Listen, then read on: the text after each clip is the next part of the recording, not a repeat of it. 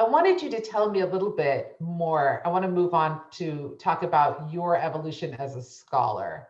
And I want to talk about a couple of things, which is, so how did you first get involved with race and research on race and racism and what led you to this work? But I also want to understand where you're going.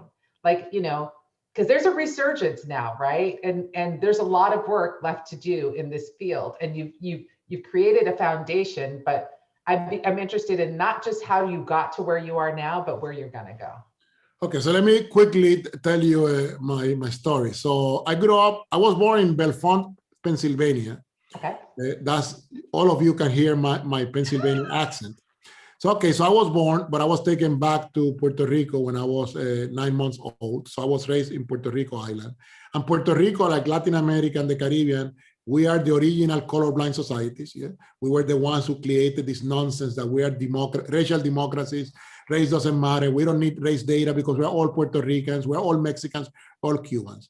So I was a Black ontology navigating a place where I could not talk about race. So let me use jargon for the students. There was no discursive space for me to think, talk, and process race. So race affected me deeply, but I could not talk about race. The only possibility was, conceptually speaking, thinking about prejudiced people. So in Puerto Rico, you could say there are some prejudiced Puerto Ricans, but Puerto Rico doesn't have systemic racism like the US. And back in the day, the two horrible countries in the world were first South Africa, then the US. Yeah. Okay, so move forward, 1984, I decided to come to the US to study sociology. I visited my brother in Canton, Ohio. And while I'm in Canton, Ohio, the second day that I'm in this new country for me, again, I'm American, technically, but feel like an immigrant in many, many ways. So I went to Canton, Ohio, went to the bank with traveler checks. Young folks, you don't know what is this, but there used to be this thing called checkbooks and checks, you know. Okay, so I have a traveler check and I wanted to cash it. And I go to the bank and the teller very politely, this is my first new racism encounter, tells me, sir, unfortunately, it is bank policy that we cannot cash checks unless the person has an account with us. Traveler's check? That's my second day in the US. So I go out and my brother uses language that I cannot repeat, but says, that race is blank, blank, blank, blank, blank, blank, blank, blank. I'm like, wow, you have learned a lot of English, you know.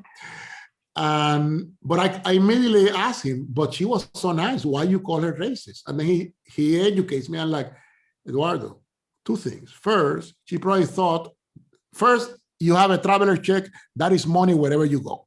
Exactly. And they cannot expect you to have an account if you go to China or Russia or Turkey, yeah, or Canton, Ohio. Exactly. Secondly, the reason why they didn't want to deal with you is because she thought probably you stole the checks. And also, and this is the first time I heard this word, also because you are a darkie. Wow. And for me, I knew, so Black people in the Americas have this triple consciousness. Yeah, people talk about the double consciousness of Blacks in the US. The consciousness of Blacks in the Americas is more plural. And in my case, I was Black in some places. In other places, I was another category called trigueño, sort of brown. And because my parents were college professors, class gave me some leverage. Not a lot, there are limits, but it gave me some leverage. And I quickly realized that I was in a new racial boat and I better learn quickly. Yeah. Okay. And then moved to Wisconsin. So I came as a vulgar Marxist who was going to study class. Class was everything. Class explained everything, except that race kept affecting my life. And in 1988, I joined a group called the Minority Coalition. That was what really made me sort of rethink my theoretical and political mapping. So all of a sudden, I'm like, this race thing is deeper than I thought. So I was a race activist before becoming a race scholar. 1991, I applied to teach a class. And I applied to teach the statistics class. Second option was the introduction to sociology class. And literally as an afterthought, I put the race course. Guess what course I was assigned to teach? The race class. Eduardo, congratulations, you're going to teach the race class. And I asked the person, I'm like, you know that I haven't taken a single course on race and that my areas of interest are economic development and political sociology. So why do you give me this assignment? And she told me, because you are a natural. Which meant that I had to spend the entire summer training my natural knowledge on race to be ready for the class. But to be honest, by then I was already morphing into a race scholar. Right. But my work still had nothing to do with race. Yeah. So I applied to every possible job in my areas of expertise, political sociology, social movements, theory, economic development, etc. And as an afterthought, I also applied to race jobs. And guess what happened? I only got interviews for race jobs. Wow. Wow. So that's how come I started. I became a race scholar because of racism. I now, but it's true. It's true. Racism, if not, I would have been just a class analyst following the Marxist tradition. But race forced me into this spot. I confessed to the audience, but I fell in love with the field. I thought it was politically important. And I always, you know, when you're a black person, a brown person, a lot of people are going to doubt you. So you need to believe in yourself. And I never lack self-esteem. I think highly of myself. I think I'm smart. I think I'm handsome. I think I'm the bomb.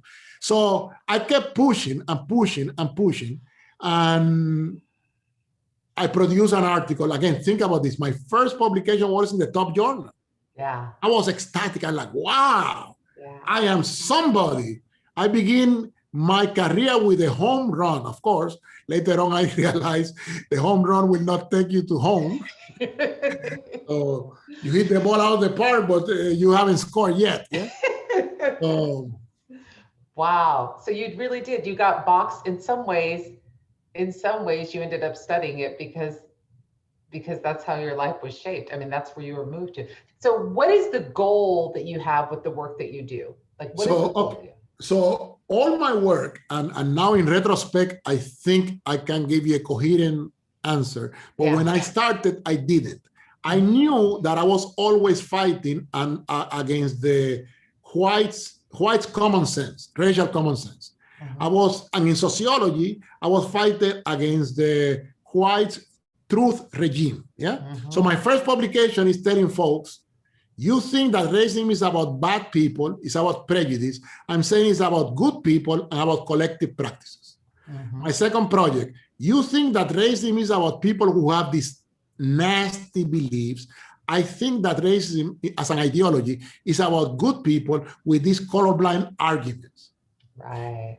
Methodologically speaking, I did a book, White Logic, White Method. And in that book, I argued that the strategies to measure racism are ineffective and will produce the declining significance of race because the metrics are not good enough. Yeah. If you keep using survey questions designed 50 years ago, guess what? People learn. Even the traditional racists are like, my goodness, that's a racist question. Yeah. So I developed arguments and methodologies to reassess how to think about race. So all my work, I've been going against the mainstream in analysis of race, which has produced over the last 50 years an argument about we still have issues, but overall we're moving forward. And I'm saying we have moved forward, but we still have deep issues, and denying or making the claim. Think about this idea that unfortunately was coined by a black scholar, the declining significance of race. My argument was, no, the changing significance of race.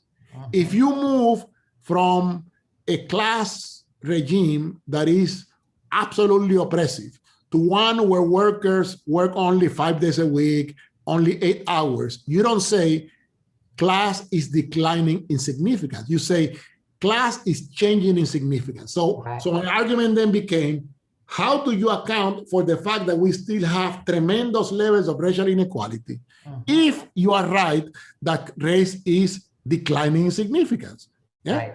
Right. Only for that to make any sense, you have to give me empirical evidence that race is having a smaller effect in income, wealth inequality, neighborhood segregation, school segregation, etc. And the data shows that that is not the case. So therefore, my work on that was showing them that there is a new way of maintaining racial domination, of maintaining systemic white privilege.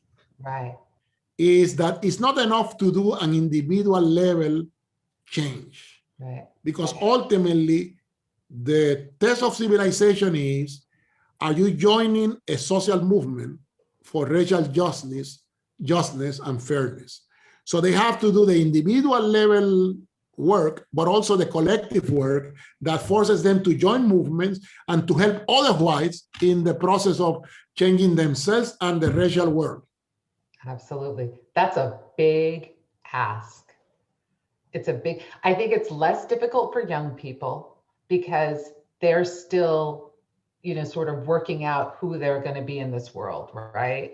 But I think it's a huge, difficult ask of older people like myself, let's say, that are more fixed and perhaps unwilling to make those kinds of changes for something that, that they see to be for the better of the good, but not realizing that it's for the best of all, But yeah, I always tell my students, but here's the thing that I tell them: we have some serious challenges ahead of us. And I'm thinking, we have this pandemic. I'm thinking about climate change. When we think about environmental racism and we think about like sort of redlining and we think about, creating these like heat islands and all of this stuff, we cannot deal with any of the issues that we need to deal with as a society until we deal with racism in America. Yeah. And there's no other way around it. Yeah, it's funny because again, I confess that I came from the Marxist tradition. So I have been debating with some Marxists lately, telling them the problem is that you assume that class is the thing and that race is a secondary contradiction. But race, class, and we have plenty of people who have made this argument, this thing we call capitalism is called racial capitalism. Yes. It was racialized from the beginning. So the classes of modernity, the bourgeoisie and the proletariat, are deeply racialized classes. Therefore, in an interesting way, to get to the class issue, you first have to deal with the race issue. Or at least you cannot ignore the race issue in pursuit of the democratic socialist tradition a la Bernie Sanders. By the way, that's one reason why Bernie Sanders' program, even though interesting, ultimately collapsed, because he couldn't understand race at all. Nope. Not at all. Not at all. And it happened in 2016, and again in 2020 he did slightly better, hire a black woman, and it's important to have black people. Representation matters, but it's not enough to put a black face. Yeah, have you changed your program? Have you changed your policies? Yeah, and it's funny because Bernie Sanders should have known better. At the beginning, when he was pressed on race matters, he kept going back to in the 1960s. And I'm like, oh man, what have you done for me lately? Don't come back to the 1960s. I'm like, you got to do better than that. That was like some of my friends are black. That's what he did. That's what he did. I know. I marched with Dr. Martin Luther King, and congratulations. That march must have had like 20 million white people, because every white person of your age claimed that he or she marched with Dr. King. And that march, I thought it was 250, but apparently it's like a 10, 15, 20 million people. Every all white person I meet tells me I marched with Dr. King. Yes, they all did. But and Bernie, that's where Bernie lost me. And I used to tell my students that Bernie lost me when I realized very clearly that he had no capacity and no ability to have a discourse and understanding about race. And by the way, unfortunately, neither did Hillary. No. Both of them used it's funny because they started using the structural racism and institutional racism. They didn't know what they were talking about, but they were using the language. By the way, unfortunately, so did Biden. Biden used the systemic racism, and then all of a sudden tells us, but America doesn't have systemic racism. I'm like, excuse me?